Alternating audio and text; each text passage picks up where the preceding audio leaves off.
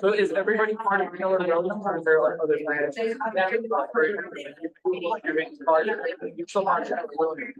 So my office is in the north of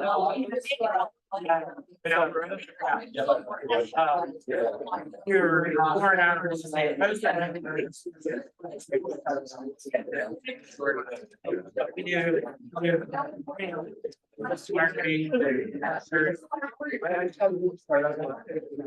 Can I get one too?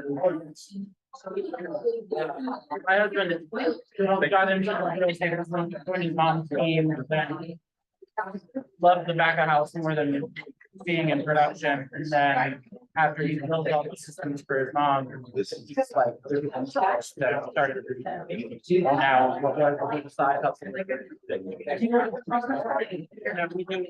It's putting her toner on. You're Laura? Good to see you. Thanks for coming. What's your name? Alejandro. Matt. I'm well. How about you? Love that.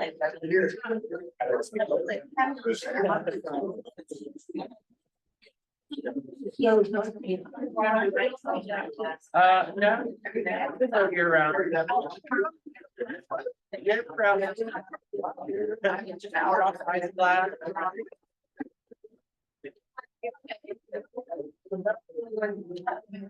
Need a bell. I'm not. Although my husband begs to differ. Good morning. For our sponsor with JSW Home Concierge. Do you want to talk a little bit about what you do? Good morning. Anybody who needs a flyer or business card who doesn't know me, hasn't met me, please raise your hand and I'll run around and give it to you.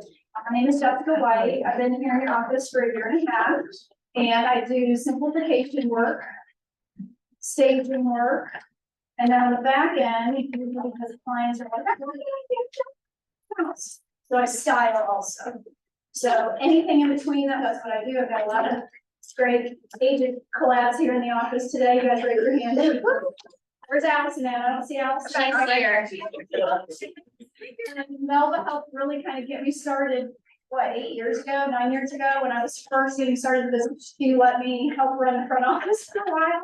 So I could help me new agents while I was getting started. So anything you guys need, any questions you have, let me know. How about for her? She does a phenomenal job. Yeah, She actually helped me with my own personal home on the side. Yeah, she, when it comes to staging, she'll sell it out for you. And I'm not your $10,000 stage. No. I just asked me, can you use your client? Can I use your client's furniture? Yes, I want to. The less I have to bring in, the less they have to pay.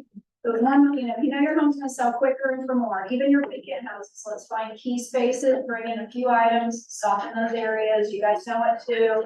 It works. You just have to believe in it. Have me come in. I can help you walk through the house, do a free consult, free of charge. Unless we kind of play that good cat cop with a list. I've done that before too. You guys know how it goes. Everyone's different. But my goal is to help support you in either getting the listing or helping you sell as you get the process. Love it. Oh, yeah. I also want to give We're all like, a plug for Jessica. I've worked with her a couple times now. She's great. She'll come over to your client's house for a very reasonable fee and walk the house. And then if they use her staging inventory, she can allow you to apply that fee towards the staging. So you can tell your clients like, hey, I'm gonna help you chip in towards the staging fee, and they feel like you're trying to help them. And so it's a win-win for everyone. She does a fabulous job. oh my God. That's awesome. And Mary Ann, actually, I did my very first stage with you. Yes, and Jess was amazing and helped get that house sold for way more than we ever expected. And we did a little good cop day on that one. And it was exactly, and it worked out really, really well. And they were very good friends of mine, and they had no clue we were doing good cop, bad cop. Which speaks volumes, doesn't it? Helpful. That's when it works for that. Yes. Great. Thank you so much. And thank you for breakfast. And my son-in-law, Matt, actually brought some extra donuts. Matt, he's newly licensed. Father of the cute little baby that I had. So I had to plug that, so. All right, so we have a jam-packed meeting today, so we are going to go, a little quickly. We need 3 gratitudes right now. 3 powerful gratitudes right now. What do we have?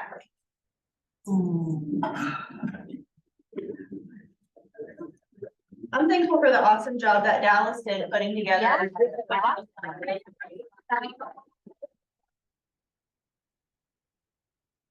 Love it. What's another gratitude? I am super thankful for Ashley and the folks at O'Kelly and Sorhan for always being there to answer my ridiculous questions and helping me problem solve through interesting transactions. Interesting, that's a good word. For interesting. Good. Thank you, Ashley. Grateful to Sam, and Lucy always brings us great ideas, but he just helped me dodge about $1,000 issue that was for the planned marketing program, and he was able to help me counter their input. So, here's my second opinion that I had to provide a great idea. That's Great awesome. job. Yes, I second that. Thank Happy you, to Sam. help. He's definitely been a big help for me too, lately, so. Awesome. Great. Okay, we have some amazing alliance partners this morning, McMichael and Greg. There you are. Good morning. So Amy's at a conference, we got Carter here, I got familiar with him when she's on the tribune. What's going on, y'all? My name's Carter. I'm with Maximum Great Closing Terms. Like Emily said, Amy's out in Las Vegas. She's living it up, so. Y'all won't take too much of the time today. It sounds like we need to get on the roll. But some things that I'm noticing a little bit more in the market right now are we've got a lot more entities selling and buying property. So if you, the 3 big ones I think of, you got folks with the trusts that are selling property, you got LLCs, other businesses that are selling property, and you've got estates selling property. So if you ever have a seller or a buyer in any one of those capacities, remember, we're going to need a little bit of extra documentation. If they got a trust, they usually have some sort of trust documentation that's going to tell me who got authority to sign on behalf of that trust. I need to get those documents from it. If they got an LLC or a business, they're probably going to have some sort of corporation docs that give me, you know, the information on who's got authority to sign on behalf of that business. I need to get a hold of those. And if you got an estate, a lot of times, well, most of the time, you should have some probate on that estate, and I'll need those documents as well. That way, if you go ahead and get those documents up front, it helps us keep moving towards the closing table, helps avoid some road, some bumps in the road. Just remember, if you've got any kind of entity like that, go ahead and get those documents up front, get them over to me, we'll get you to the closing table, okay? Okay. Sorry. Oh, no, this always happens. This Friday, we've got the anniversary lunch, so if you had if you're an agent, you had an anniversary in the month of October, November, or December, we're hosting that with Onward at Marlowe's, so I forgot that, at noon this Friday. And then 2 upcoming CE classes, if you are in need of CE classes or just have 3 hours, learn knowledge. On the 30th, we are hosting a class called Buyers and Liars right here in this room. I think that'll be a really awesome class. And then that same week on Friday, November 3rd, again, back in this room from 10 to 1, fair housing CE class. So again, if you need those hours, I would love to be on. Yeah, can I give one huge shout out? That was good, great job, and thank you guys for that space was amazing. Yeah. Without it, this should not go without being. I was sick. Yes, thank you. All right. Thank you.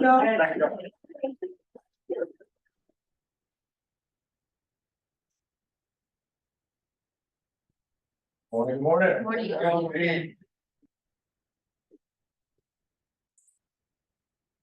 Sorry. Taking the whole room. All right, Hunter's gonna go over what mortgage interest rate is.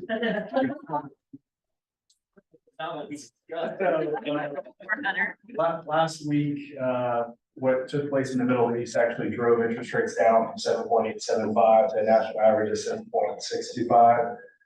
this week, yesterday and today the rates have not been moving in the right direction. So yesterday we saw a big swing without any economic data being released. This morning, retail sales, numbers were released. They were stronger than expected. So, I'm sure today we're gonna get news that rates have finally reached that 8% mark. The national average. That being said, there's a ton of economic news that's being released this week. Home builder confidence, later today, housing starts tomorrow, and initial jobless claims on Thursday. There's also a lot of representatives, from the Fed that will come out and speak. Some other good news is that, a lot of Feds have already come out and kind of side press releases and stated that, they do not believe that there should be more rate hikes. So hopefully November, we will not see another rate hike, even to start seeing some relief on the rate. Yeah, and when we see some relief on the rate, hopefully they have expected that mortgage, purchase applicator mortgage volume will hit, 1.47 trillion next year, 11% increase from this year. So that is expectations that hopefully rates are going down, more, purchasing going on, within, our market and leasing, financing instead of just cash. So hopefully that's good news for all of us. And then if you guys saw our posts yesterday, the new conventional conforming limit has been raised to 750. So it was 726,200, it is now 750. That's not the final number. Those don't come out till November, but we always anticipate, hey, we think it's gonna be at least 750, so we're gonna go ahead and start blocking and closing loans at that loan limit. So that's effective immediately. So if your buyer, you've got first time buyers, they can get up to like a 772 property with 3% down and still be conventional. So great news there. One quick reminder, I just came upon this yesterday or last week, so I wanted to make sure you guys are aware. Any self-employed borrowers that you have, the tax deadline was yesterday. So if anyone filed an extension in April, their taxes were due yesterday the 16th. So in order to close them, we've got to have those 2022 tax returns filed at this point of the year. So just wanted you guys to know that. Yeah. So you know how Shelter will waive the lender fees for refi if you use them, I guess, last year, this year, before the end of 2024? Have y'all talked about extending it longer because of where rates are? Ultimately, that's open-ended at this point. Oh. First, they were doing to the end of 2024, then they did 2025, Oh. and then now ultimately. We're really not putting a deadline on Yeah. it. Pretty much the rates come down to refi. That's good to know. James, yes. Cool. Yeah, great selling. Mm-hmm. Awesome. And that's exactly why we need to know how to have conversations with our clients, because of the stats that they share, right? Yes. So they really need to practice. Matt, that was originally to close by the end of 2023. Has that changed as well? Not yet, not extending when the refinance is, you were asking basically when can they refinance? Correct. Yes, it hasn't, I'm hoping that. we'll They'll push that extend it after that. But for right now, it's still closing by the end of 20. Yes, ma'am. Yeah. Okay. Awesome. Thank y'all so much. Okay, I know Kelly is not here unless I missed her. So we have the open of insurance. How's it going, everybody? So, Dalton told me the other day that we're getting a new carrier called Honeycomb, that does a lot of investment properties and rental properties.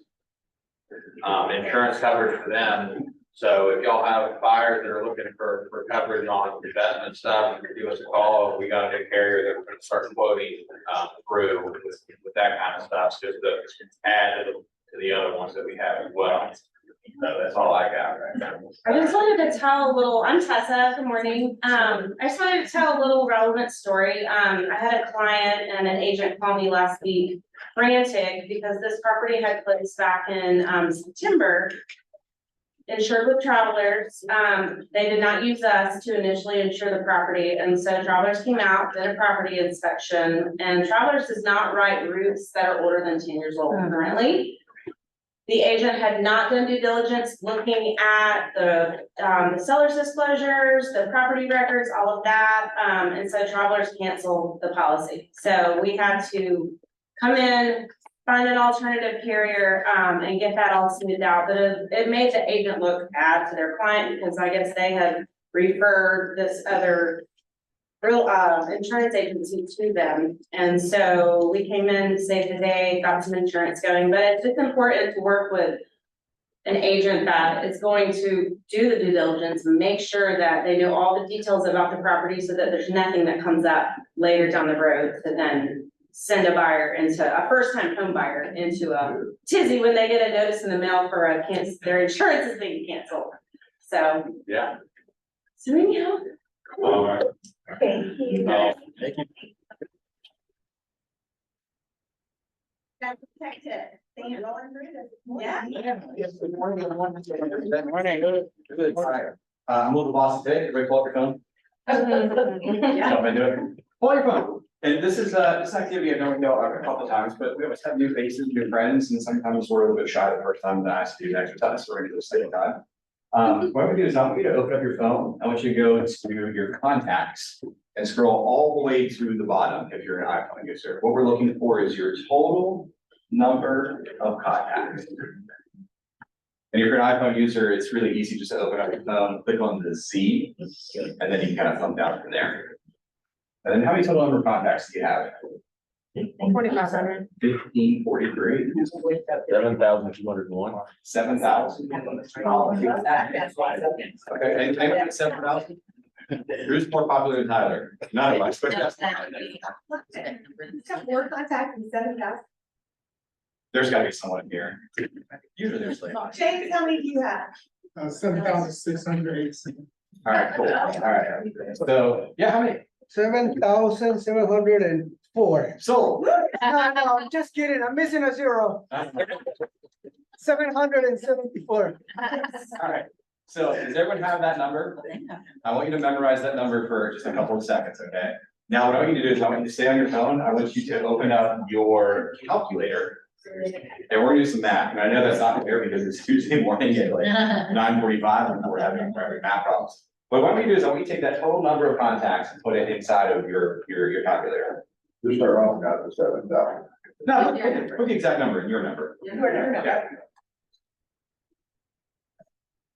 All right, everyone have that in there? Now, what we need to do is I want you to take that number and I want you to divide it by 2. We're gonna say try to calculate. All right, everyone have your total number of contacts and I'll divide it by 2. Yes. Okay, now I want you to hit the divide button again, and we're gonna divide by the number 9.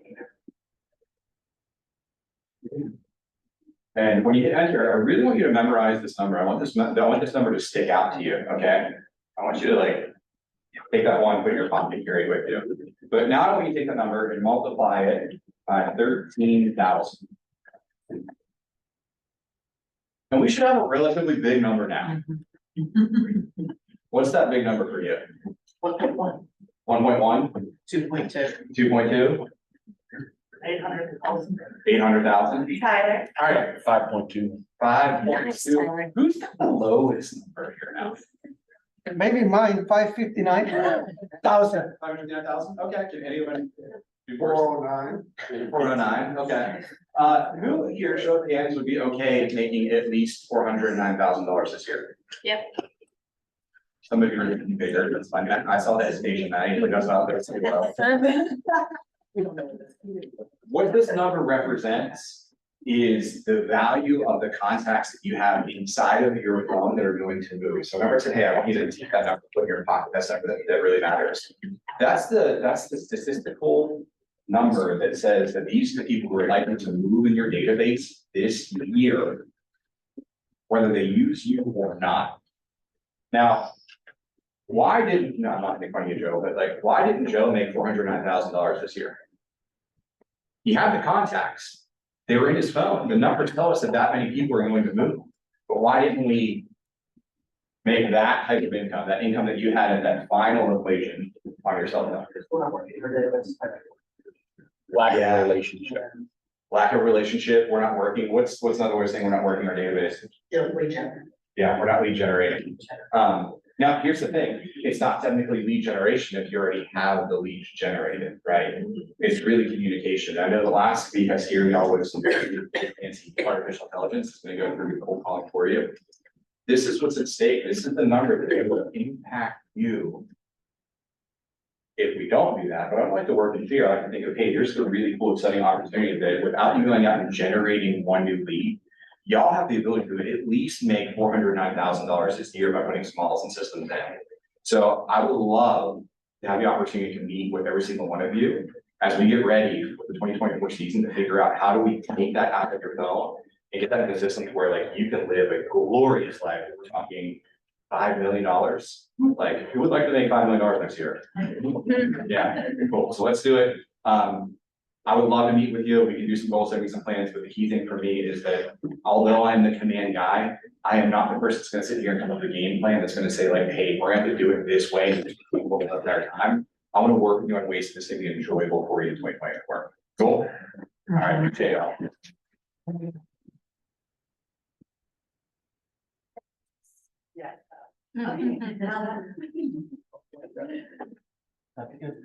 Good morning. For all of you who think I had this, what do you call that? The lip surgery and lip injections? Oh, that, I did. Sexy Melba. Oh, well. I had a cyst on my lip and they had to take it out. It was benign. However, it took 7 stitches to fix it back. So if you've ever had anything done with your lip, it hurts really, really, really, really. But I'm okay. So I want you to know, and you probably already do, I go to every Georgia Legacy Group team meeting. I even go to Savannah. I try to go to Savannah at least once a quarter on their team meeting. What I say at every meeting is the same for that month. So what the message that I took last week at Woodward was the same message I'm giving you today, and then I'll go to Roswell next week. What I'm going there and telling you about are some things that if you have not participated in the Real Estate Commission, they have a newsletter that comes out every month. I've been getting it for billions of years. You can Google Georgia Real Estate Commission and sign up for their newsletter. Some of you have. But I do want to bring some things to your attention because I have noticed lately, this is a big, big deal. One of the ones said it is, and this is something you know, but I want to repeat it because I think you're not understanding it. It is an unfair trade practice to intentionally advertising material which is misleading or inaccurate or which in any way misrepresents any property, terms, value, policy, or service of the business conduct. Everybody got that? We all knew that. You're saying I'd never done that. I ain't never about to do that. But let me read it the other way. It says, all advertising must include the name of the brokerage firm as registered with the commission. The advertised should avoid any confusion that would mislead the public to think a group or team is another or different real estate firm.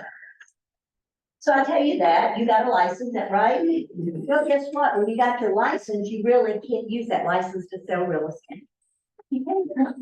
The only way you can sell real estate in the state of Georgia is to be connected or join a brokerage, right?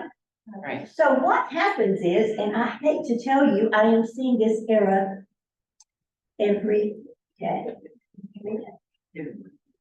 And what it is that you're advertising your group, your pretty logo for an individual, or you're saying my group, but you don't put your brokerage with it.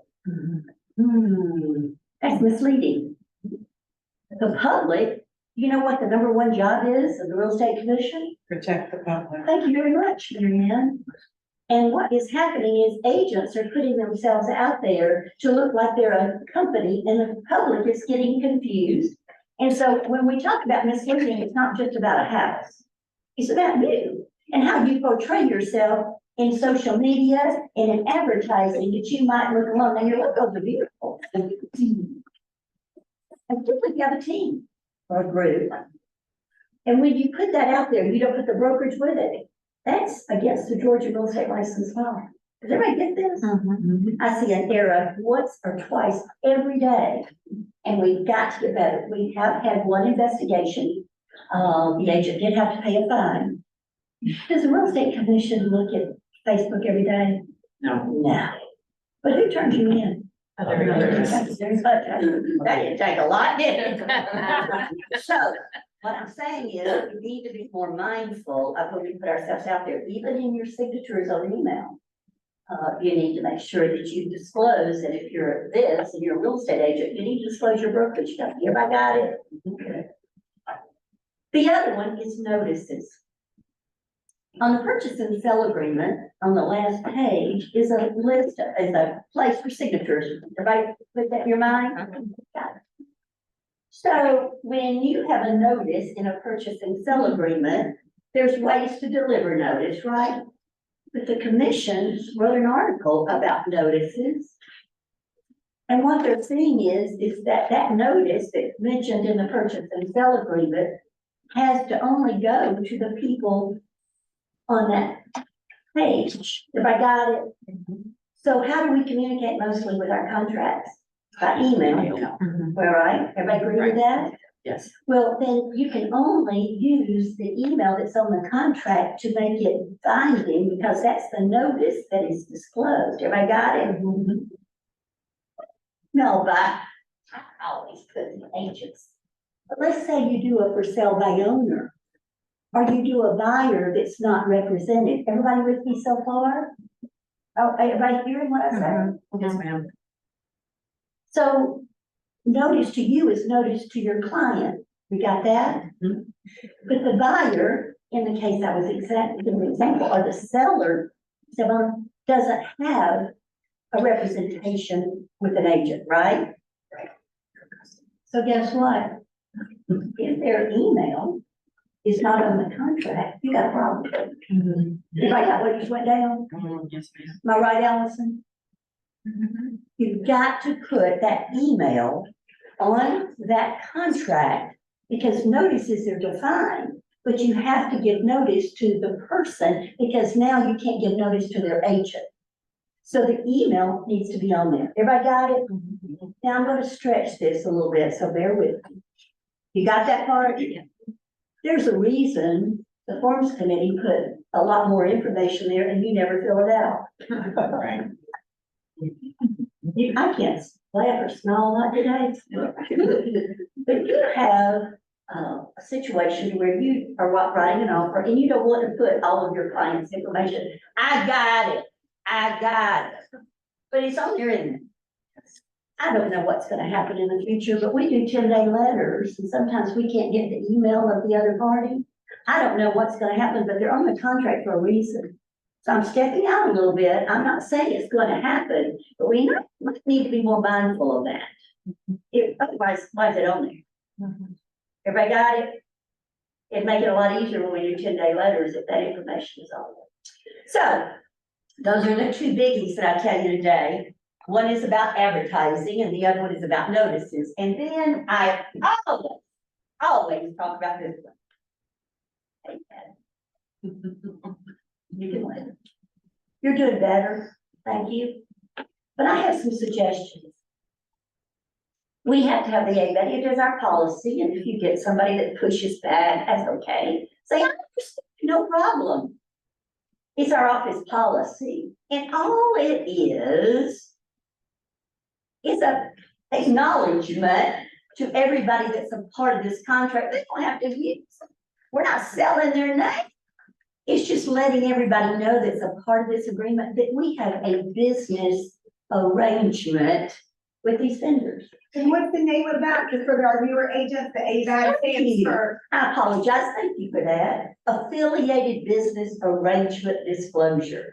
Affiliated Business Arrangement Disclosure.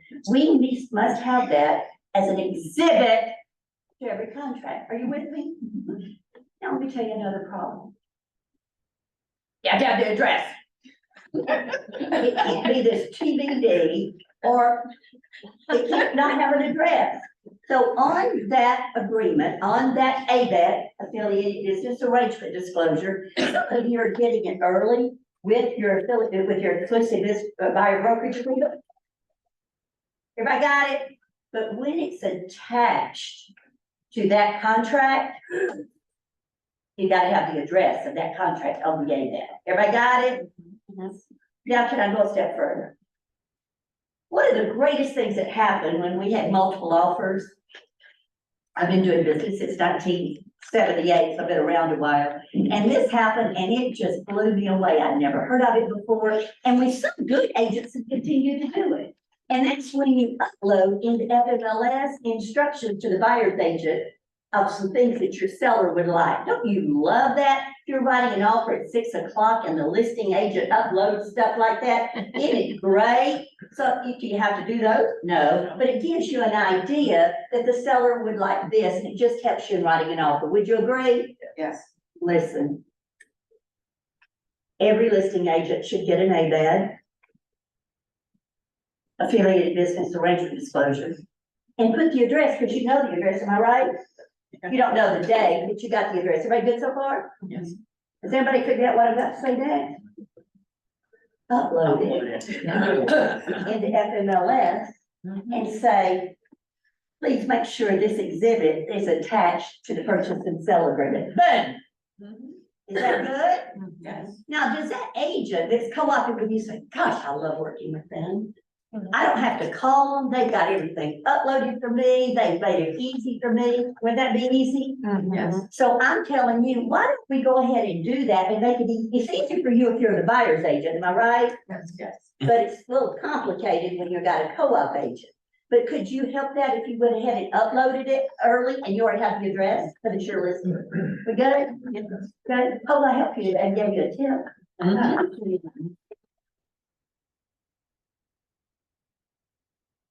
The contract class coming very soon on October 20th, which is Friday. Friday, I am teaching contracts for Ignite Friday from 10 to 1. It is for Ignite students, however, it is also a 3-hour CE class. And if you would like to come to get brushed up or to know about contracts, you're free to come. You can get 3 hours of CE credit. And it'll be Friday here at this office from 10 to 1. And thank you so much for mentioning that. Don't spend 3 hours with Melba. I mean, contract is just an excuse. True, maybe I'll look at it, or not. But the problem, this is another thing too, when you have a brokerage issue and you need help, I'll call you, have my phone number, you put it in your speed dial, and I've helped a lot of you. So just give me a call, let me know what I can do to help you. Thank you. Bye. So we should call it minutes with Melba. It's with Moments with Mel. Moments. I'm writing articles. We have our very own Aubrey here to do our MMOs. Has anybody looked at your most recent email with the chart masters? With the MMO? Yes. That I sent out a week ago and you discussed at last team meeting. Has anybody seen the MMO? Yeah, everybody.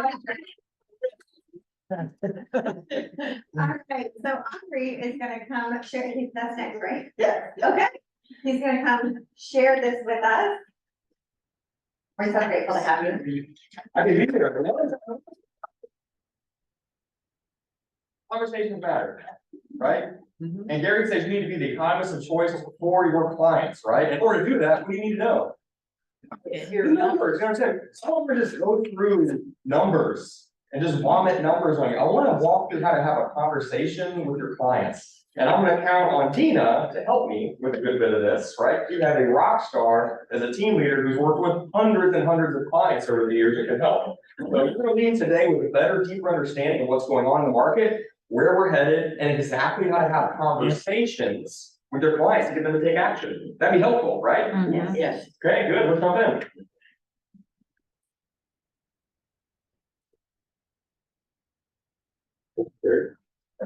All right, so, there's a quote I'd like for you to write down. You have a piece of paper? There's opportunity in every difficulty. There's opportunity in every difficulty. We were on a Zoom with, Tony DeCello. Who's heard of Tony, seen Tony, or can spell Tony? 3 people, that is awesome, right? All right, Tony DeCello is a phenomenal coach. He's been in the business for, I mean, I don't know how many years, probably 40 years. Very well respected in KW. And he asked a question on this call. He said, where does the market exist? Where does the market exist? Not a trick question. Think about it for a second. What do you think he meant by that? Look at your quote you just wrote down. He's not talking about a physical market. What is he talking about? What we create ourselves. It's up here. It's in our minds, right? The market exists between these two things on the side of our head, right? Last time I checked, there were thousands of closings last month. There's opportunity in every difficulty. Are there some agents that are having the best years of their life right now? Yes. Yes, absolutely. Could that be you? It all starts with yes, it starts with how you answer that question, which is in here, right? So, you can't get to better until you get to different. And live to chase opportunity, not to avoid failure. People will set goals, they'll say, oh, the market's hard right now. I wrote down, people romanticize their plans, but dread the execution. The magic you're looking for is in the work you're avoiding. So we're talking about how to have those conversations, right? How to take action on them, how to best your life, right? Here's the reality of it. The news media, what are they looking to sell? What are they advertising? Because that gets what? False, right? I wish that I woke up to the news every morning, it was talking about the nice person that helped the old lady across the street, right? We don't read about that because fear sells, they're selling fear. So when we go through these today, you're gonna see things that the media could twist to say things in a way that invokes fear in people's mind. You guys need to be the economist of what? For your client. We're gonna talk to you how to give them the actual numbers of what's really going on. So let's start here. You guys ready to jump in? Yes? Yes. Okay, so somebody may say, oh, the market's tough right now, the market's down, right? Well, let's take a look. This is September 2023. Let's look at what it was in September 2019 and 2016. Okay, before things were crazy, during 2021, 2022. So we've got active listings are at 7,273. What were they before? Double. They're pretty much double, right? What does supply and demand tell us about price? Go up, go up. Right, if supply is low and demand is high, which way do prices go? Okay, got it. Okay, now pending, right? If we look at this, it's about half the number, and with these together is what you actually see on the market, right? But about half that, about 4,000 are under contract right now. There's about 7,000 that are active right now. If you look back here, the number was right at half. That's about normal. You see what I mean? It's about the same ratio, roughly. It's close. Okay, number of sold is 2,952. Here's something I want you to look at, right? The difference between these, right, or the difference between these, that's about 3,000, that's about 7,000. Do you see how that spread is not that big? There's maybe what, 1,100 between these two? How many are there between these two? 2,200? So what does that tell us? If the deal goes under contract, what's happening by the time they get to the closing table? Falling out. Yeah, there's not as many falling out as there were a few years ago. There was a larger percentage of them. If 6,000 went under contract before, over 2,000 were falling apart. Right now, 4,000 went under contract, about 3,000 were closing. So that means people want these deals to go through. Once they get under contract, a larger percentage of them are still making it to the closing table. You guys see that? Yes? Okay. All right, supply of months, 2.5 months. What's a balanced market? 5 to 6 months. 5 to 6 months, it depends. We'll see if they revisit these numbers. But right now, it's 5 to 6 months, right? It's been that way before you. Somebody explain that in English. What does that mean? 2.5 months of inventory. If you're talking to a client, how do you explain months of inventory? If no more homes were to come on the market and the buyers were still consuming homes at the same rate, it would take 2.5 months for all the inventory to be eliminated. Beautiful, thank you. Beautifully said, right? That's it. You guys hear it? Right? Now, another home on the market, they'd all be gone in 2.5 months. We're still very much in a seller's market. Still very much in a seller's market, okay? So median sales price, 445. Look what it was back in 2016 and even 2019, right? Have people's pay gone up that high? No, right? It's okay for the appreciation to slow down. It has to. If prices keep going up 20% a year, people won't be able to afford homes anymore. Especially combined with what? That impacts affordability. Interest rates. Interest rates and inflation, right? Absolutely. Okay, median days on market, is that compared to other years, is that good or bad for sellers? That's really good. 21 days is short. Honestly, that's low. Like you go back some years behind that, 30 days. I remember being on a market where it was like, we signed a year listing agreement, or at least 6 months, right? Okay, median sales price, are we weaker or stronger than we were a few years ago? Stronger, right? Price reductions, are there more or less price reductions than there were before? Less. So we're getting more of the asking price, less of them are having to get reduced. And failed listings, are there more or less failed listings than there were a few years ago? Little bit less. That number has gone up a little bit less, right? In distressed sales, do we have more or less distressed sales than we did years ago? At a glance, when you look at this, as a whole picture, is the market bad or is it good? It's strong right now, right? There's also opportunity in every market, so let's keep going. By the way, Tina, anything that you wanna add to that? No, I said perspective, and that's the name of the slide. This Yeah, is what perspective. gives you perspective on the It gives you, market. it does. I wrote down at the bottom, and I heard this somewhere, I've come to realize that fear is simply an invitation for self-improvement. Some people could look at the market and say, oh, I'm scared about what could happen. Fear is simply an invitation for self-improvement. It's like, okay, well, who do I need to become to take advantage of this market of opportunity? It's an invitation to become that agent. Look at your title on your business card. When's the last time you did something to improve that person? You're a realtor, right? You're an agent. What have you taken lately to improve that skill set? Right? Got it? Guys, want to tell me for a second. That's okay. That's why we're here. All right, so let's look at the next one. Okay, Dina, you want to talk about this one for a second? This one is one of my favorites because it gives exact numbers on each price range for September based on the numbers active, pending, closings, and failed, distress, months of supply for each price range. So when we're going on a listing appointment, we can go narrow into exactly that price range. And what is our average price point for this area? Or. 465, Or 35? 465. Thank you. Or 35, okay, so between 400 and 500, right? So when we're going on a listing appointment and we can say we're between 400 and 500 price point, we can just go right in there and say, this is why it's important, Mr. Seller, to know exactly where we're pricing your home to make sure we net you the most money in the shortest amount of time. The median days on price to make sure that we price it right. This is the one, isn't this the one that talks about original price to? Next one. Oh, that's the next one, okay, yeah, so this is why it tells us exactly where to price it, because then we're gonna net you 98.3% of your list price when we price it right at the beginning of your market. So, and the average days on market is 23 for that price range. I mean, it doesn't get any more clearer than this chart to be able to really nutshell it to the price point. And that's why I like this one as well, and it even gives you the month's supply for each one. Yeah, well said. Where do you see a big change? What price point do things change significantly? Over 2 million. Over 2 million. I mean, it jumps up a lot. Look at this, like the days on the market for most of these is like 20, 21, right? For most of these in the 20s. All of a sudden at 2 million and above, it jumps to 65 then 83. Also look at the median sales price to original list price. Talk about some room for negotiation. So that market's struggling right now, right? And this would be important to know, if you're gonna take a listing above 2 million, it better not be a 30, 60, 90-day listing agreement. And you might wanna do it a little longer, because these are taking 65 to 83 days to get sold. You see it? Also the month's supply for that. Yes. that price point.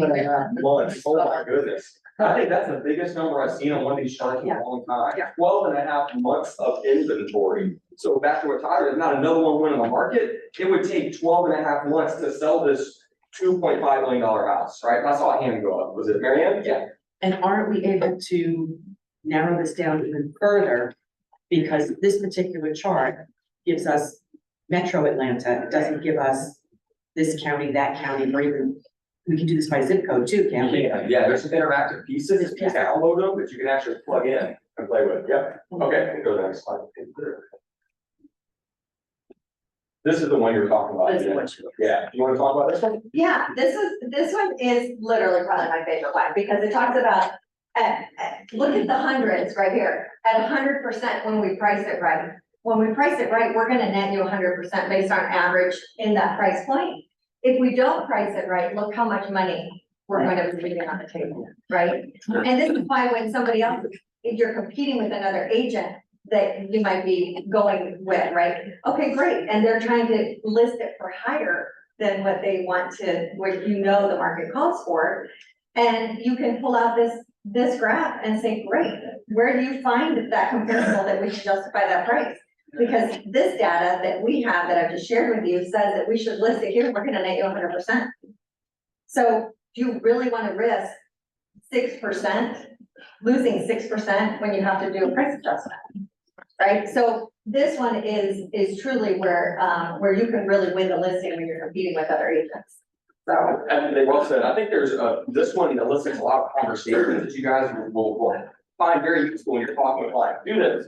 Circle, well, you don't have a copy of the slide, but when you do print them up or screenshot them in your phone or whatever, I would have this with you at all times. At all times, have this with you. And when someone asks, how's the market, how do you respond? Well, I'll give you that in a second, right? I would circle these two, and then I would circle these two.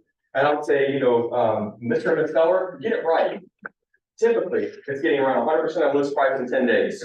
We're gonna know pretty quickly if we didn't get it right. But if we didn't get it right, the ones that didn't get it right, we'll sell at 92.8 list price, and it'll take 61 days. Okay, so let's fast forward just a little bit. Okay, let's say you take the listing. Let's say someone is, let's say you're working with a buyer and you're submitting an offer on a home that's been on the market more than 10 days and it's not under contract. Okay, let's say that price point is 400 to 500,000. What price is it likely going to sell for? 94% of list price, right? So if it's a $400,000 house, that's 6% off. What's 6% off of 400? $24,000. So when you're sending in the offer to that listing agent, I would send it in with a copy of this, with this highlighted. These are the real numbers, because the reality is most listing agents aren't empowered like you guys to have the right conversations with their sellers. They're just going back saying, here's this offer, and they're letting the seller get offended about it. What if they're able to go back to this offer and you're able to send it over, have a conversation, call the sneaking listing agent, say, we're submitting an offer and I want to explain to you where we're coming at and why, right? You're based on the comps we're seeing and the way the market is right now, we're coming in $26,000 less than list price, and have this highlighted where it shows, based on the market, this home will probably sell about 93.9% of list price and take about 61 days. So please present this to your seller, get back to me, let me know what questions you have. That way the seller isn't, and some of these listing agents, they will thank you for giving them the ability to have a conversation, empowering them to have that conversation with their clients. You guys see it? Yes or yes? Yes. Right? I want to tell everybody something that you may or may not know. We said it before, but Chartmasters is only for Keller Williams. Right? Other offices, other companies do not have it.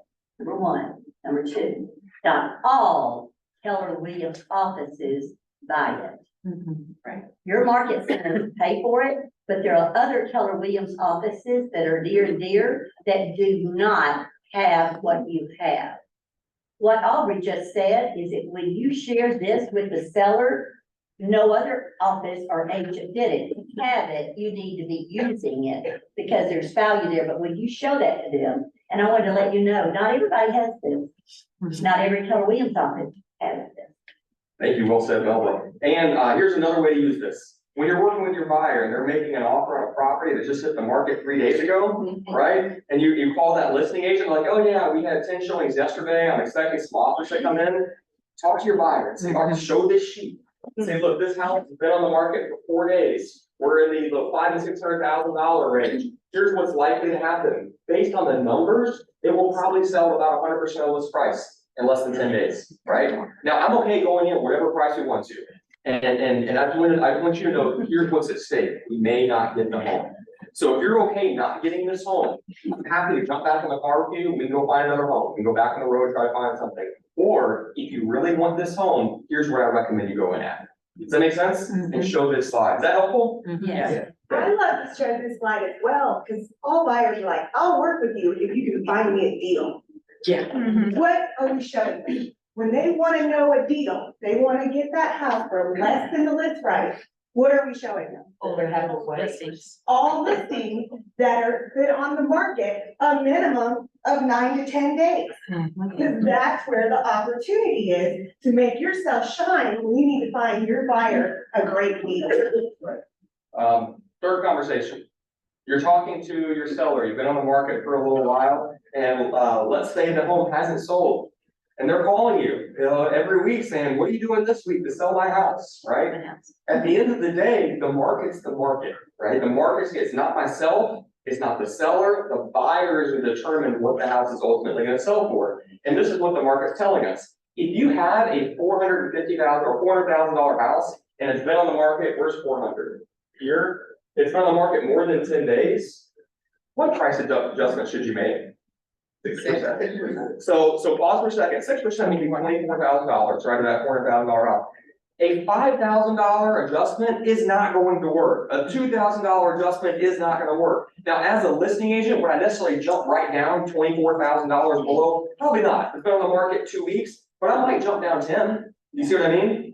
And I might get a little bit longer if it doesn't go under contract. 12 feet. I would have a very clear conversation with my seller. We've been on the market now more than 10 days. It's likely to sell for 93.9% of our list price. So we're having this conversation today about adjusting the price. We have two options. We can make a pretty big cut right now and get it sold and hopefully get you under contract in the next couple weeks, or we can make small adjustments and it may take months. What do you want to do? But you're not telling them that, you're showing them. You walk in and say, I feel like we should do this, you lost as soon as the word feel came out of your mouth. Got it. Come in with this. Even if you're not a numbers person, this empowers you to be. They can't argue data. Does that make sense? Right. Okay, you guys got it? All right, here's another piece, fourth conversation. Let's say you're sitting in a listing appointment and the seller says, you know, I really want to list, I think you said that it should be listed at 400, but I want to list it at 450, you know? Listing, what do I do? You have a choice to make. You could choose not to take the listing. Here's what I recommend doing. If you did decide to take the listing, in this, I would show them the sheet and I would say in the special stipulations, I would say all parties, here, let me back up a little bit. Have you ever had a seller and you guys agree to reduce the price? They're like, yeah, if it doesn't go under contract, we'll reduce the price. And then the seller has amnesia and then remember that conversation, you know? Or they're like, we just haven't had the right buyer come through yet. We just need a little more time, right? That happens, okay? Your job isn't to list the house, it's to what? Sell the house. Okay, so if you're gonna do that, here's what I recommend doing. If they're pushing back, you're saying 400, here's what the numbers are telling us. They're saying 425 or 450. If you decide to take that listing, remember this is important. Pay attention. You guys with me? Right? And the special stipulations right in there, all parties agree that if this home is not under contract after, make it 14 days, right? That the price will be adjusted to blank and don't put in blank, like actually put in the number, the one you told them, the 400 or whatever it is. That way you say to them, look, if you want to test it out for, 2 weeks, great. But we're all gonna agree, if it's not under contract, the market's telling us it's overpriced. So I'm fine for that 10, 14 day period, but at day 14, if it's not under contract, we're adjusting to this price. And my clock, as far as what I'm considering for days on the market, didn't start until we're at that price. Don't call me complaining if it's not going to. I think sometimes the indication is that it's on the market and it's priced a little high, if it's being shown quite a bit, but no offers are coming in, and that's another clue. Thank you so much for mentioning that. Here's a rule of thumb. If you have 10 showings and no offers, it's overpriced, right? That's a stipulation I used to put in there, or if we have 10 showings and no offers, we all agree to adjust the price to this number. Thanks, great, thank you for bringing that up, because that is so true. So true, because if they're going through, 10 people looked at the home and didn't buy it, what's that telling us? That's right. Your market is working, like they're getting in the house, they just don't see the value and the price aren't there, Allison. If you write this, that I'm living this right now. Yeah. I have a listing, they wanted to list at 450, I agreed at 425, and I wrote a special step that would reduce. And I said 14 days, but I got them to agree to 30.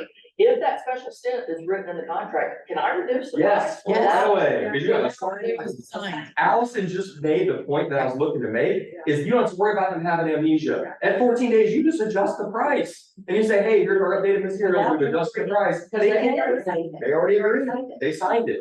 You just omitted a lot of challenging conversations by having them upfront. That will save you countless hours of time. Great point. Wow. Yeah, is that helpful? Good? Yes.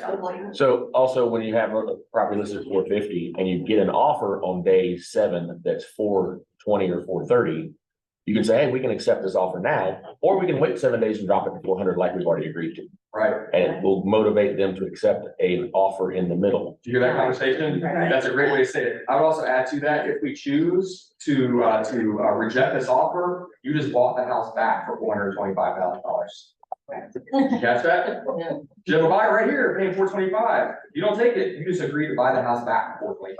Make sense? Right? No, in the interactive side, this doesn't go down to zip code, it goes down to your regions, right? It's like.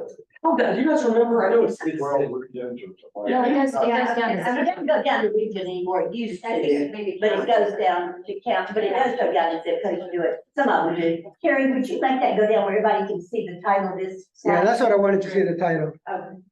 Go up just a little, yeah. That's what I wanted to see, is it's detached, yeah. Eight counties. So this sheet is for the 8 metro area counties. All right, anything else you want to add to that? We're good? Okay, all right, scrolling down a little bit. So moral of the story is, and don't go past it, hang on a second, I'll do one thing. Yeah, go ahead, you go first. This also gives you the number of homes that you're competing with in that price range, which is a really big thing to know, because if you're saying, oh, you know what, I have a ton of other properties that you're competing with, then you can say, okay, let's narrow that down from there. You can actually narrow it into that area or that region, but you know exactly how many homes that you're competing with price range wise, right? I mean, that gives you exactly the data. I was just looking at that. Perfect, don't go past it yet. This conversation you can have with a seller when you're sitting at the listing appointment, okay, you guys listen? At that appointment, here's what you can say.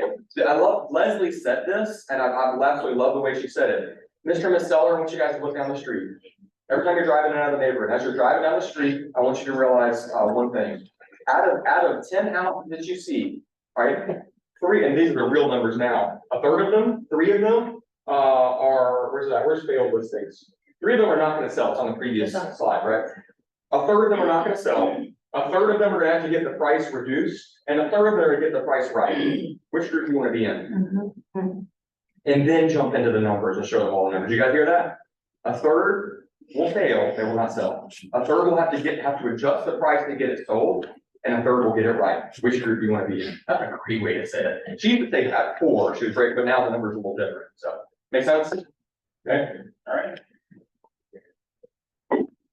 This one's good to see, just it shows like what homes are getting above 100%. So overall, total number of closings was 2,952. There's 2 sides to a closing, a buyer's agent and a list, so numbers actually double that. But 2,952 homes, they on average, they got 98.2% of list price. But if they got it right, they priced it right up front, 40% of them, almost half of them got it right up front. Okay, and the ones that did, the ones that got priced right up front and they didn't have to reduce it, they got actually almost 101% of list price. And it's broken down by price range. 3 to 500 is 100.5%. So pretty neat graph. I wouldn't show this to sellers because you don't want to set the expectation to that they're going to get above 100% of their price on their property. Who I would show this to is buyers, if they're looking at a property that just hit the market. Yeah. Do you see what I mean? This would be a good slide to show them, okay? And you have to do this with empathy and grace and understanding, like Tina, I'm with you. You know, on whatever price we want to go in at, I'm with you. If we need to keep looking for homes, we'll keep looking for homes. I wouldn't be being your agent if I didn't show you what's going on in the market. So, and I'd show them and say, what do we want to do? I'm with you either way. What do you want to do? Does that make sense? Mm-hmm. Okay. What else on this? Tina, anything you want to add? Okay.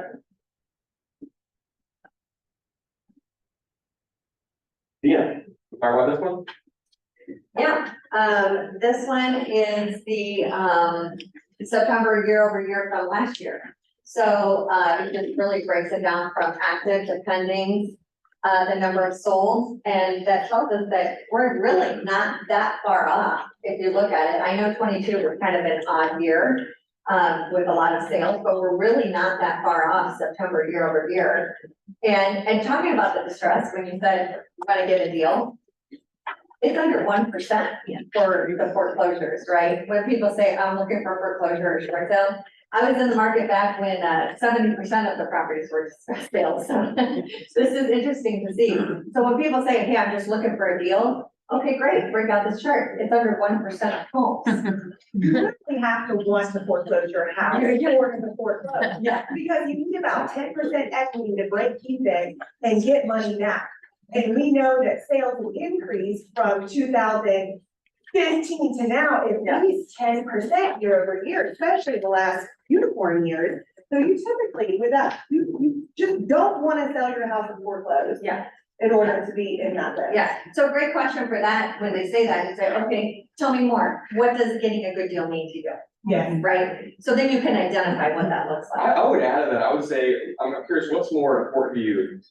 Buying a distressed home or getting a good deal on property? Yeah, that's right, yeah. And they'll say, good deal. Okay. And it doesn't matter if it's distressed or not. Yeah, exactly. Because we know that if it's been on the market for 10 days, you're gonna get something of it. And a lot of people have 40, 50% equity in their home right now. If their motivation is high enough, they may give us a deal on home. If they have remote, they have to move, you make it a great deal. Yeah, absolutely, yeah. Aubrey, this is where the media can have a field day. Yes. And say, title distress properties have gone up 100 or 90 whatever % year over year, and they'll scare buyers, but if it goes from 0.5 to 1% or 9.9%, it's immaterial. I wanna hug you right now. It's why that I show to buyers and sellers saying, this is what the media will spin off of. They'll say, you know, number of homes sold down 23%, number of distressed properties almost doubled. You're like, they'll use these 30% of the homes are failing and not selling. Like, that can sound really bad in a bubble. You're like, yeah, hang on. It went, distressed homes went from 0.4 to 0.9. You know, yeah, it almost doubled. From what? Nothing? You know what I mean? I got it. And that's what you can show us. I have a couple of slides in like my phone, favorited or printed and kept in your pocketbook or whatever else. This would be one of them. That one, the previous one that Dina said she loves, that has the different prices and what you would adjust to, like if you're submitting an offer or talking with a buyer, you know? And then that very first slide we covered that showed historically. Why the first one? Because a lot of buyers have fear. They're like, I don't know that I want to buy. Like, what's going on? You say, hey, oh, I get it. The way the media spends things, look back, but here's a reality of where we're at, right? Okay. What else on this? This makes sense, right? 20% less actives and 20% less pendings leads to about 23% less sold. Those numbers make sense. When you go from going 100 miles an hour and slow down to 73, it feels like you're going slow. But in the grand scheme of things, we're gonna end up at 4 million plus homes sold this year. That's probably gonna be the fourth or fifth highest ever volume for real estate sales. Does that make sense? The number of units isn't great. Here's another really one that I was talking to Jeremy, who owns Chartmasters now, and he said in January, this can sound scary, right? But read through this because it actually isn't that bad because we get paid based on volume, not units, okay? He said in January, there is a chance that we may be at the lowest number of sales that we've been since 2011. The media is gonna have a field day of that, right? But what were the prices in 2011? What was the median? Yeah, it was like. You know, like 180, 190, somewhere around there. What's the price point now? 400. Or something. 430. You know what I mean? Like, so for your income opportunity, here's the blessing for you guys. You actually get to do less work, sell more homes and make substantially more money, right, than you did in 2011, right? Because the prices have more than doubled since then. Does that make sense? Right? But it can be scary for a buyer. I didn't bring it today. It would be smart maybe the next meeting that I come to. Whenever they say I'm worried about what's gonna happen if we enter a recession, right? There's a lot of unknowns. What can cause a recession? Give me a couple key factors.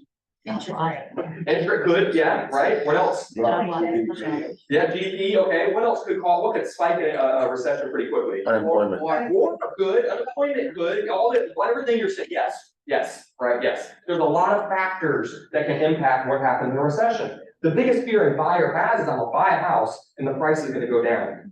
There's a chart that was done showing all statistical data since 1950. The only recession, and recessions, you know how long they typically last, like when they're labeled recession? 6 months. Yeah, it's less than a year, right? Who's buying a house that's gonna sell in 6 or 8 months? They're not going to.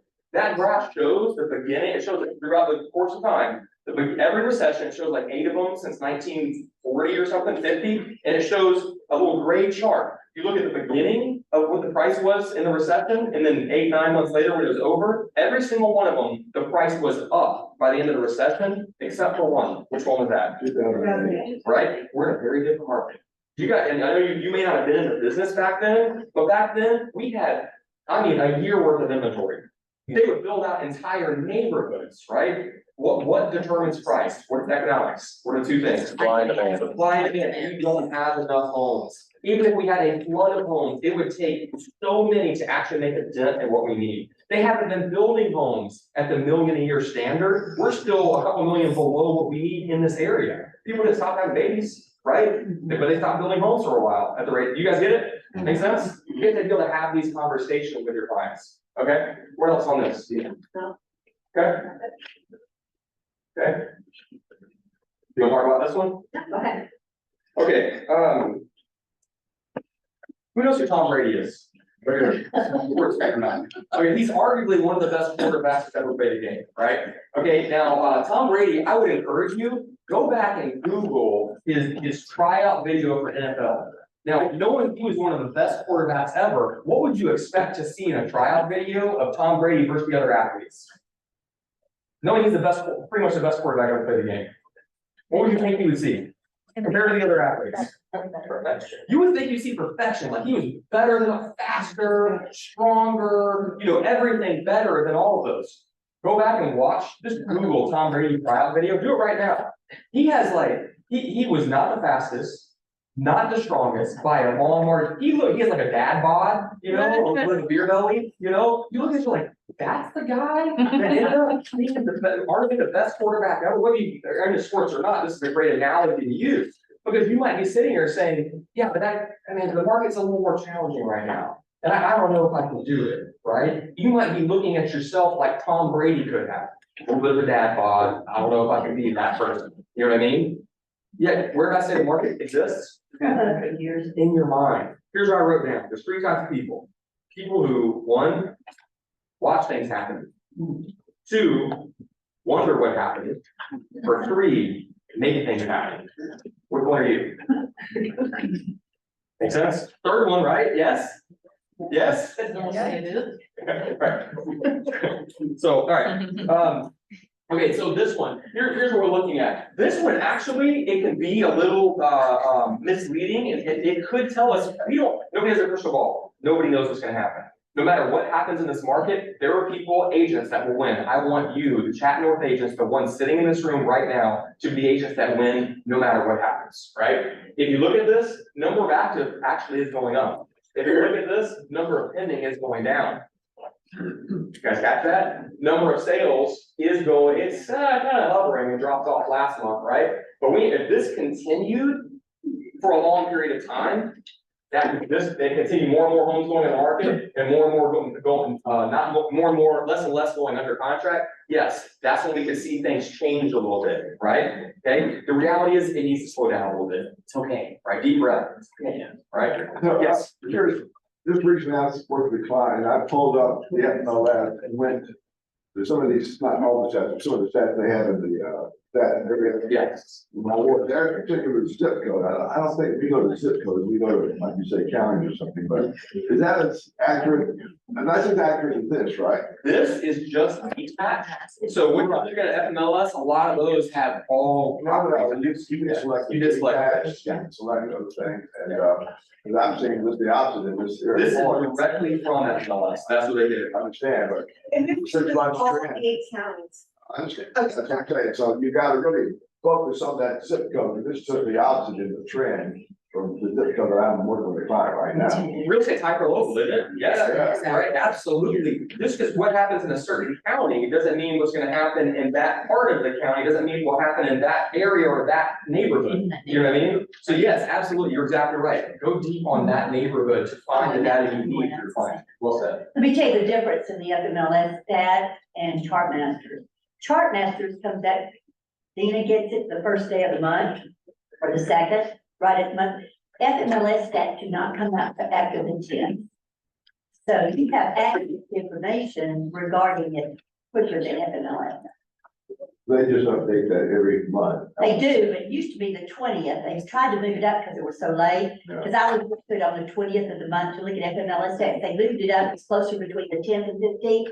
This comes out the 1st. I recommend everybody takes action now, right?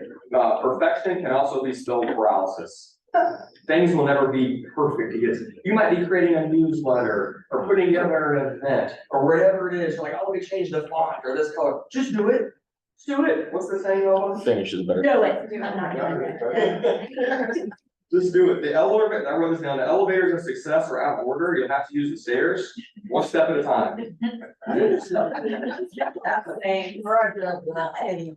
only other thing I see here is seasonality.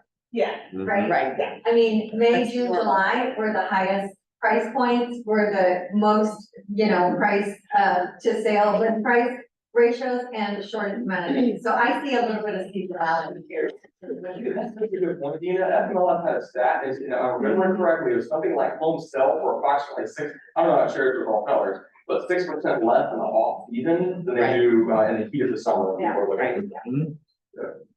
Okay.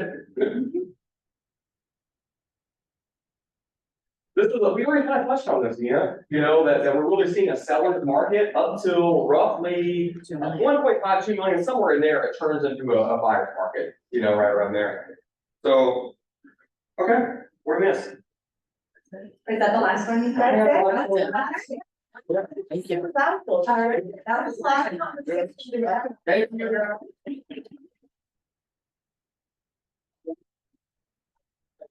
Now, who's gonna implement that this week in your business? Yeah, I mean, that's when you actually see results, right? I mean, it's great to listen, it's great to take nuggets, but once we implement it, that's when we see the benefits of what we just learned, right? So that's the key to all of this. Okay, we've got some award winners. We're gonna run through these. Yes, and give me just a second, because somehow I got logged out. Uh-oh. So give me just 1 moment to get that back up. Okay.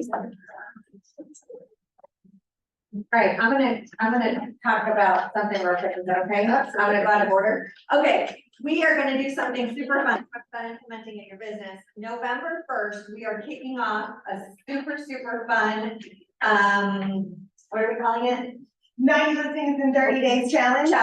Challenge, I was looking for the word. So we are gonna be sending out some updates for this, some great things that we're gonna give you to be able to implement and save the date for, I know November 1st is bold for all of you that are going. So November 2, you need to save that date because we're gonna all meet here for a 4-hour, what are we calling that? We're gonna call it the Blitz Challenge. We're gonna call it, we're gonna have it, and we're gonna have a lot of fun. So we're gonna have a lot of energy, we're gonna be lined up in the hallways, we're gonna be in the room. We're gonna have a competition for the month of November to create a lot of business for you guys. So keep that on your calendars, put it on your calendars to be here from 10 to 2 on November 2nd, okay? And we'll be sending out more information as we get closer to that. Okay. So, all right. So this is everyone who had 1 listing, 1 contract, and 1 closed unit in the month of September. Plus every single name for 1 listing, 1 contract, and 1 closed unit. Next month, I want you to have a grand slam. That's right. Nice job. Congratulations, guys. $1 Million Club. Who sold $1 million in 1 month? Woo. So we have Gretchen, Patricia, April, congratulations, Mike Pappas, Carla, Mona, Kim, Nadira, selling back, thank you. Team Integrity Homes, Family Homes, Georgia, the Peters team, the K-Rose team, Patrick, I saw Patrick, congratulations. The People's Agent and Lilibet. Nice. Top listing agent. Your top listing agent was, we all heard Terry Captain. Yeah. in That's 6 one. days. 6 days. So she's definitely top listing agent for the month. Terry Ehrlich, Mona, and Gretchen. Teams, we have the top listing team, ASA team, the Amazon team, and the Keecher Real Estate Group. And with our top listing groups, we have the PC Home Group, the Peters team, and the Nancy Meyer team. Agent, Terry again with that incredible sale. And then we have Mona and Gretchen, top written teams. We have the Keecher and Real Estate Group, Team Integrity, and the KSA team. And then top written groups, we have the Peters team, Family Homes Georgia, and the Karis. That's a great question, Jeff. I need Jessica here right now, so thanks for calling me out, I really appreciate it. Just ask what many of us read. Jessica's probably listening, we'll talk about it. Gretchen, so closed volume, so this is for volume. We've got Gretchen, Patricia, Mike Pappas, and then for teams, we have the KSA team, Team Integrity, the Keecher Real Estate Group, and then for our groups, we have Family Homes Georgia, the Peters team, and the Kira. Yeah. Keller Williams Chattahoochee North, Sandra, and Chuck Scott. Things in Keller Williams Chattahoochee North, we have Nina, Mara, excuse me, Sandra, and Chuck. Congratulations to all our winners this month. So good, so good. Y'all are rock stars, and I'm so glad to be in this. Yes, we are. All right, we have, Bold. Yes, Bold on tomorrow. What day is today? Tomorrow. No, next week. Next week. Last week we started, and we skipped Yeah. 2 weeks, and we're back on October Okay. 25th. Okay, so next week, if you haven't registered, there's still time to register. So, definitely come find us if you do, wanna register, because it's definitely gonna, I'm telling you, my story is that actually changed my trajectory of business and really moved me forward to get uncomfortable in things that I did not wanna be uncomfortable with. So it will change your life in many different ways. If you want to still sign up, please come see us and we'll get you signed up. Who was in step one? I did. Who did the challenge? The one where you, The calling you challenge, called, texting, and who got we got appointments. Well, kind of. kind of? Yeah. Okay, Joe, you did. I remember the first time I took Bold and I did that challenge, I got 7 leads. that time. Nice. So 7 leads out of the first step to Bold. Yeah. Cause you guys like, No, we're all. Rachel. Like, I'm in competition and I wanna win, they're like, I want you to win too. That's right. And that still is the same thing that we're gonna be doing for our 90 listings in 30 days. It's a challenge where we want you to contact your database and say, are you thinking about selling? We'll have the scripts available, but the 2 huge opportunities coming up for you to close out your 2023 in a big way and start 2024 off to be super, super amazing. Yeah. Oh, I did. Yes. I was gonna say, for people that didn't get to go last week, I just got an email today that David's doing a virtual first step to Bold, so today, Oh, for like 2 hours, so So- if people wanted to kind of get caught up. virtual. I don't know, you guys probably have the email too, but yeah, I just got that, so people could jump I'll on that. send it out. I'll send it out to everyone. Participate. Sounds good. Sorry, I got passionate. You know, Oh, that's great, that's great. All right, we talked about this, stay tuned, it's gonna be fun. Okay, all that to say, you need a business plan. To implement, all of the fun, exciting things that I know you wanna do next year to build your business, the first thing we need to start with is the foundation and the business plan to know exactly what we're gonna do. So the first step is to come this Thursday, on the 19th from 10 to 12. I will be, teaching how to build that business plan. Step 1, let's make our goals, let's write them down, let's put a plan behind it. And then we'll implement it. Sound good? Okay. Okay, Thursday at 10 a.m. Awesome. Pack the room. Let's do it. Let's really do it. Let's get into it. October is the month that we need to be planning for the next year. We wait until December, we're too late. Let's do it now. Okay, there we go. Right again. Okay, we still have Ignite going on for the rest of the month. And Tony, our fabulous Tony, is teaching it. Again, we've got contracts on.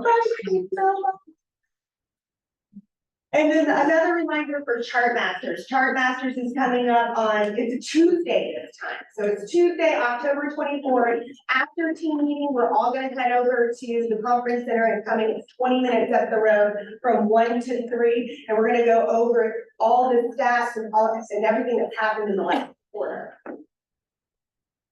Here, yes, ma'am. Do you know, I'm gonna be out of town next week, do you know, are they still doing it on the Facebook group? Yes, Okay. yes, they do. Wrapping it up, our classes for the week. Again, we've got those classes posted on the internet, at the front desk, on Facebook. So if you're interested, I love the stat that I heard the other day. What was it? An agent that typically comes to 2 classes a week, averages like $160,000 a year. Is 2 months. 2 a month, sorry, 2 a month. I'd like to see 2 friends a week. But 2 a month, I thought that was a great stat. Come to the classes, we have a lot to offer. And we're building our, training calendar to be better than it's ever been before. So if you have any questions about these, just let me know, but I want to, I already talked about the business planning clinic, I'd love for you to come. And then we've got, I think the other big one was, Velvet's class on Friday. All right. Okay, we're gonna finish off with a minute with Maxwell. Who knows John Maxwell? Okay, so we're gonna close it out a little different today. All right?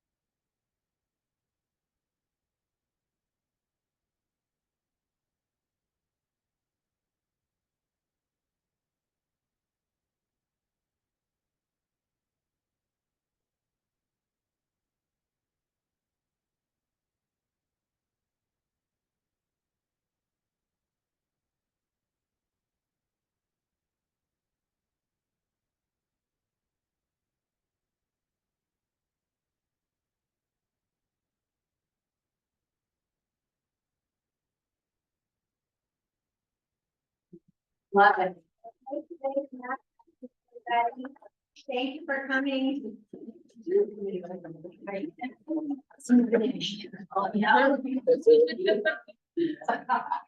Nice video. Nice video. I just gotta read myself. What's up? Yeah.